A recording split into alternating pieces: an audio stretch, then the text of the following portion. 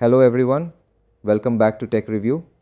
In today's video, I'll show you how to fix the DNS name does not exist problem on Windows 11 and Windows 10. This usually happens when your PC can't reach the DNS server properly, so websites won't load. Let's fix it step by step.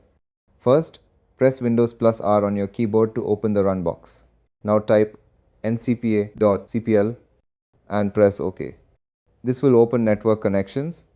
Here, you will see your active network adapter, for example Ethernet or Wi-Fi. Right-click on your connected adapter and select Properties. Now from the list, find and select Internet Protocol version 4 TCP IPv4. In the IPv4 settings window, keep Obtain an IP address automatically selected. Then go to DNS section and select Use the following DNS server addresses.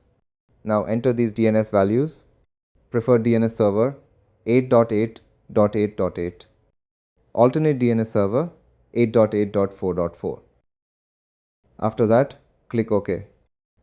Then click OK again to close the adapter properties window. If it did not resolve the problem, we'll clear the old DNS cache. Click on Start, search CMD. Then open command prompt as administrator. Click on Yes. Now type this command ipconfig /flushdns. Press enter. You should see a message like successfully flushed the DNS resolver cache. That's it.